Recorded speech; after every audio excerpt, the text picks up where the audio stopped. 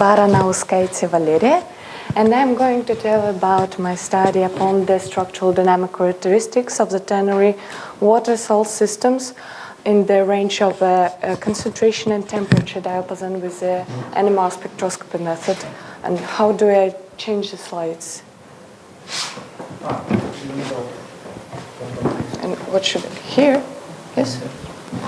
So, it is well known that features of the system depends on the structure properties, and the studies of the structure properties of the water-based salt systems in the Argent task because of the peculiarity of their properties such as hygroscopicity, low freezing temperatures and high solubility in water, and the diversity of the crystalline hydrate forms and double salts. So sodium, potassium, lithium, and rare alkaline elements like cesium and rubidium are the components of the natural brines, and the separation of these elements from the natural brines is a hard but important task for the industrial applications. And the investigations of the supercooled multi-component water cell systems also include the studies of the phase equilibrium and phase transactions, which will help to model and predict their composition and properties. This system under study is a ternary system containing cesium chloride and lithium chloride with the hot water as a solvent. So this system is interesting because it's formed by salts of different nature. You see the phase diagrams of lithium chloride and cesium chloride. You see that lithium chloride forms 4 crystalline hydrates. Its atactic temperature is very low, minus 71 Celsius. It has high solubility in water and actually has a glass forming ability. Lithium, in the terminology of Samoilov, is a structure maker ion. And the phase diagram of cesium chloride reveals its opposite nature. It doesn't form any crystalline hydrates, and its atactic concentration is shifted towards the saturation. And cesium is, in terminology of Samoilov, is a structure breaker cation. So the phase diagram of the ternary system is presented on the slide. The freezing temperatures have been estimated by the cryoscopy method, and you see the red colors corresponding to the high freezing temperatures and the blue ones to the low freezing temperatures, and the numbers on the seconds corresponding to the numbers of the solutions that had been studied by the NMR method. So we used the 2 concentration ranges, 1 second and the second line.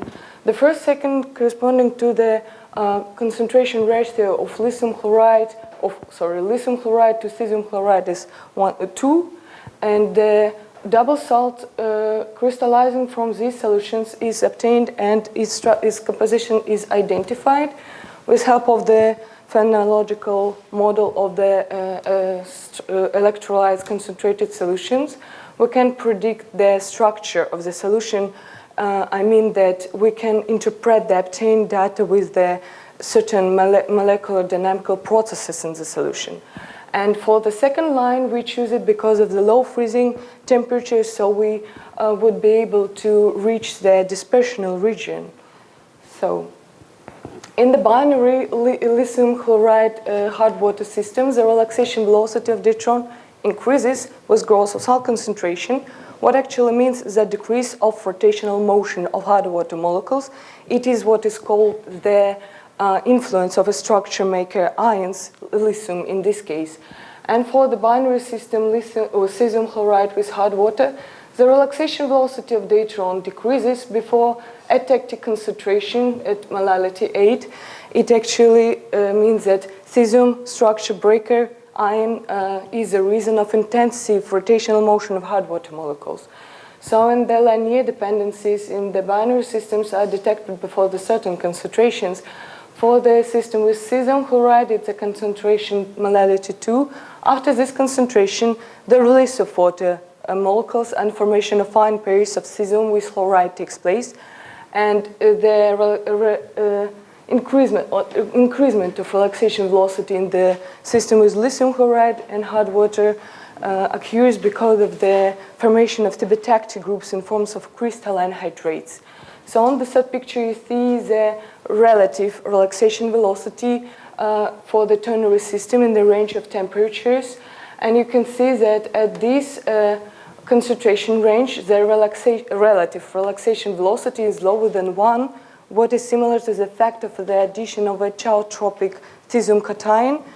And thus we can say that in the ternary system, the influence of ions can be estimated from the relaxation concentrational dependencies and relaxational temperature dependencies, and clearly can be seen at negative temperatures.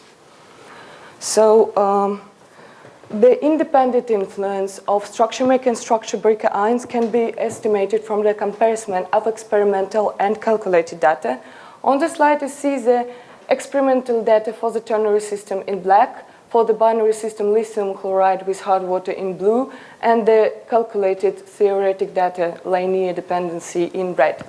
So as far as you can see, the approximation of additive input of ions is correct only for very diluted solutions, and what is more, the values for the binary system are closer for the ones of the ternary, not for the calculated, and the differences between the binary and ternary system appears at molality 6, and the relaxation velocities in the ternary system are faster than in the binary, although 1/3 of the ions in the ternary system are cesium ions that are structure breakers. So we should say that in the concentrated solutions, the influence of ions on the water molecules strongly depends on other ions and whether these are structure makers or structure breakers. So the logarithmic dependencies of the relaxation velocities and the correlating activation energies are presented on the slide. The logarithmic function has been approximated with two linear segments at negative and positive temperature ranges, and using the modified Arrhenius equation, the activation energies have been calculated. And as far as you can see, the activation energies in the range of the positive temperature doesn't seem to change a lot and remain constant, and for the close value of the pure hard water. But for the negative temperatures, as the concentration of chlorine and iron decreases, the activation energy tends to the one of the pure hard water. Within the accepted notion, the activation energy for the deuteron is a rotational motion of hard water molecules. So as far as we can see, the addition of ions in the ternary system decreases the potential barrier for the rotational motion. This means that structure of the water solution in the ternary system is very much disrupted. And the same analogical results for lithium nucleus. We can say that in the ternary system with hard water as a solvent, the relaxation mechanism for lithium is a quadrupole mechanism. So it depends on, the relaxation depends on the local electric field gradient, which is actually, depends on the local surrounding of lithium ion. So in terms of accepted model, the activation energy for lithium is a fast jump-like translational motions of water molecules from one solvation sphere to another solvation sphere. And so as we can see, with additions of ions, the activation energies decreases. It means that cesium, the addition of cesium reduces the potential barrier of translational motion of hard water molecules from the lithium solvation sphere. And as we can see in the binary system, it's the literature data. In the binary system at room temperature, the binary system of lithium chloride with hard water, the addition of cesium chloride doesn't seem to change a lot the relaxation times. And what we can say about it, the cesium and chlorine solvation sphere, here the motion of water molecules equals to the motion of water molecules around the hydrational sphere of lithium. So here is a hydrational tetrahedron of lithium with water molecules inside, and here are the water molecules hydrating this tetrahedron. And the motion of these water molecules equals to motion of these water molecules. So at 4.5 degrees, what we can see is that at the beginning, the longitudinal relaxation time increases, what indicates that the hydrating lithium complexes are being surrounded by the water molecules, that are close to cesium and chlorine ions. So after molality 2, the longitudinal relaxation time decreases because of lack of water molecules hydrating ions. So, and the binary system and the ternary system, the longitudinal relaxation velocities are similar, what indicates the similar relaxation mechanisms for both, in both solutions. So here are the concentration and temperature dependencies of the shifts made on the cesium nucleus, and we see the dramatic increase of the shift ppm with growth of salt concentration. Chlorine is a common reason of the paramagnetic shift. And another thing that had to be noticed is these two separate lines that appear the concentrated solutions in the range of negative temperatures. Several peaks were determined during measurements on the cesium nucleus. We see the very classical case of the system with the slow exchange interactions, and we can see the two long-living microphases under a number of conditions. The observed peaks and their position are determined by the living times of nuclei in each microphases and the differences of their genuine resonance frequencies. So we can determine the living time of nuclei in each microphase as 4,000 seconds, which is quite long. And we can say that in the range of chosen temperatures and concentrations close to the border of saturations and crystallizations of the double salts, there is a microheterogeneity in the solution. And as for the activation energy of the cesium in the second microregion, we can see that it has a high value, so it is located in the stable thermodynamic state. So it was for the first ratio of lithium chloride to cesium chloride, and now we're going to have a look at the results obtained from the second line. Here is, I remind you that here the lithium concentration remains constant and cesium concentration grows. And we were able to reach the dispersion region. We were able to calculate the quadrupole coupling constants for each nuclei. And from with growth of concentration, this quadrupole coupling constant decreases. And for lithium, it's 44 kilohertz. This low value indicates the high symmetry surrounding of lithium cation of 4 water molecules, making a tetradron. And now for the datron, these values are close to the ones of the obtained from the ice, but lower than for the pure hard water. And these low values may be ascribed as the deshielding effect of lithium on datron. So, and here for the cesium, well, this value decreasing with the growth of concentration occurs because of a formation of ion pairs of cesium with chlorine, which are preferably symmetric, what explains high activation energy and their trend decrease with growth of concentration. The more chlorines surround the cesium, the more symmetric it is, the more easy for cesium to make rotational motions. For lithium cation, the values and the trend of activation energy doesn't seem to change a lot, but I'll just remind that it is a translation motion of hard water molecules from one sphere of lithium to another. And as for the deuterium, very low and constant values of activation energy can be explained with a lack of water molecules per ion in the solution. So the less water molecules we have, the less hydrogen bonds it is needed to be broken, and the less energy it is needed to make rotational motions in the first salvation lithium sphere. So we obtained with NMR method the spin lattice and spin-spin relaxation times, shifts, and we calculated energies, activation energies of dynamical processes, and deducted the local surroundings of ions, and as well as correlation times and quadrupole coupling constants. I wanted to thank the research part of St. Petersburg State University. Here's the bibliography list, and thank you for your attention. Thank you very much for this interesting presentation. I hope this is a lot of discussions now, and may I ask you to ask questions or to give comments, please. So I have two questions about those chemically resolved lines from cesium, right? That's what you've shown. How do you visualize those? Like this, you have two different resonances on cesium-133, is that right? Yes, two different lines. I have a spectra with two peaks, and I had a, I'm sorry, I forgot how to call it in English. The coalescence between the lines.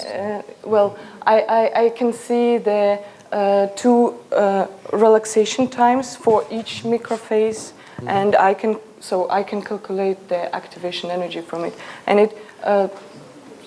So in the range of a small range of temperatures, you see, I've tried 10 by 10, and here just 1 degrees difference.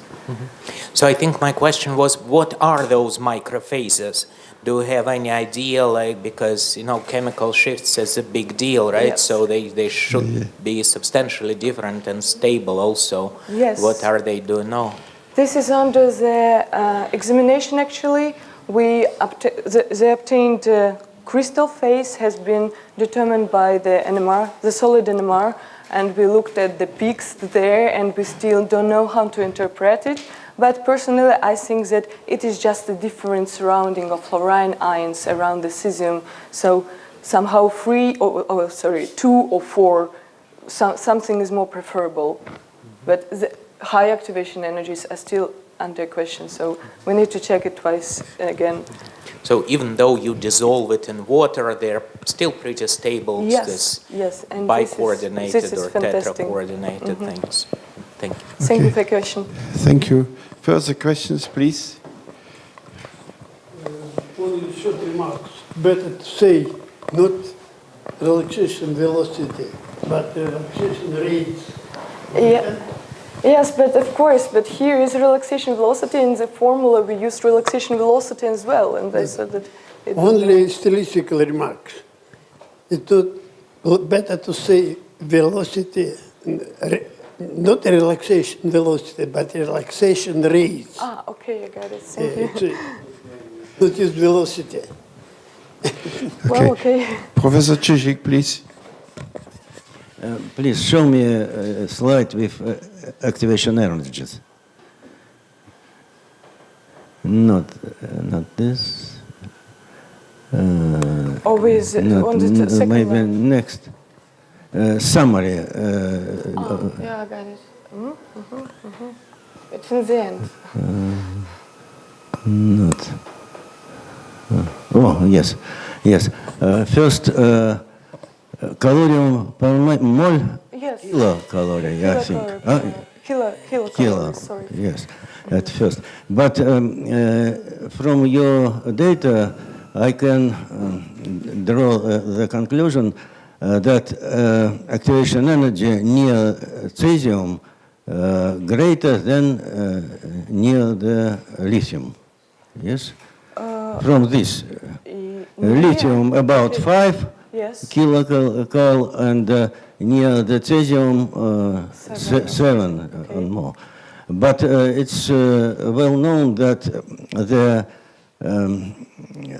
links or bonds of water molecule with lithium stronger than near the cesium.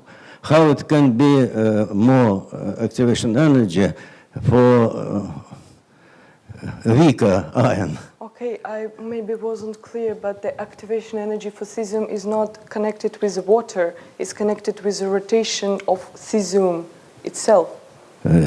But this ion is spherically symmetrical.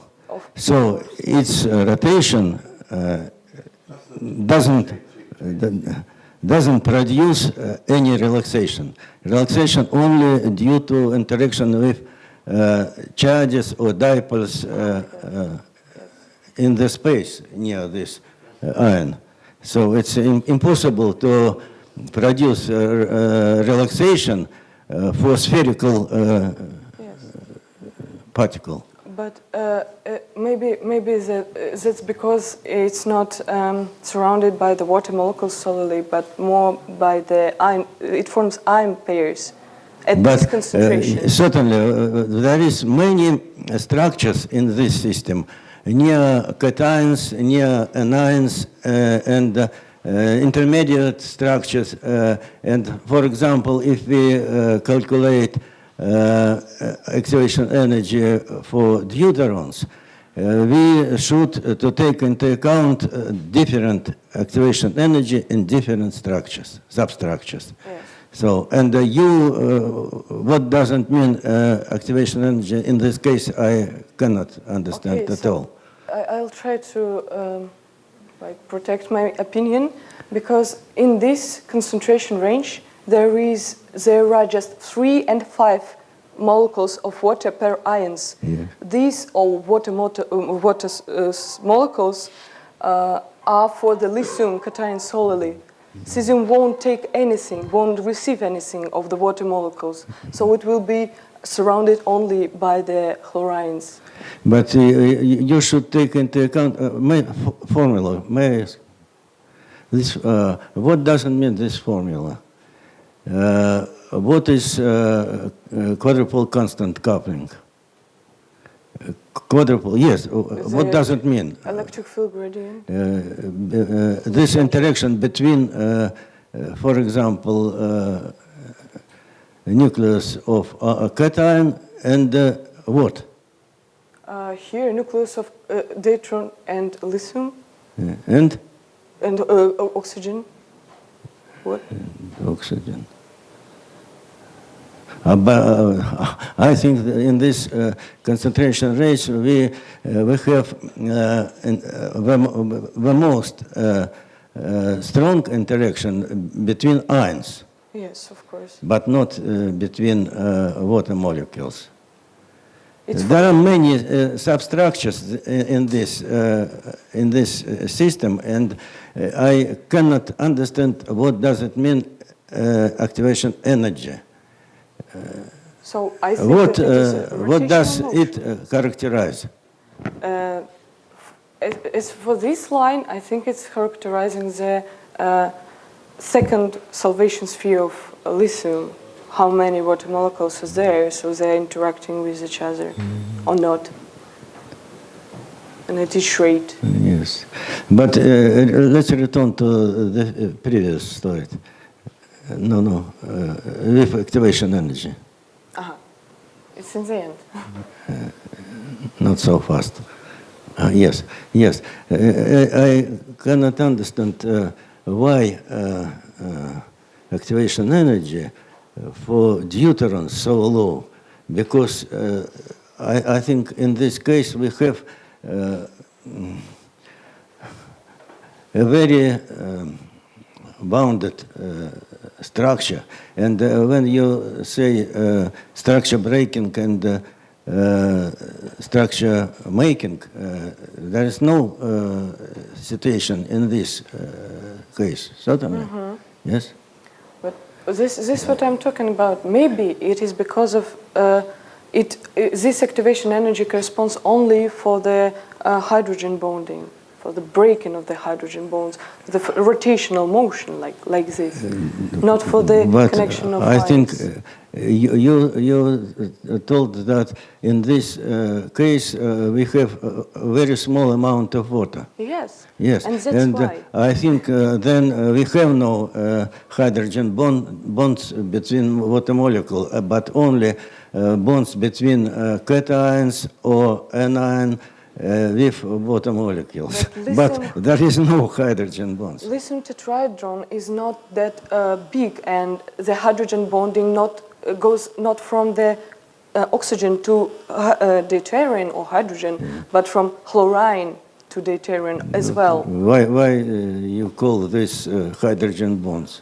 Well, because here is the negative charge, and here is a positive Thank charge. you. I have understood, and I think it's very strange for the physical picture of the interaction between ions and water molecules.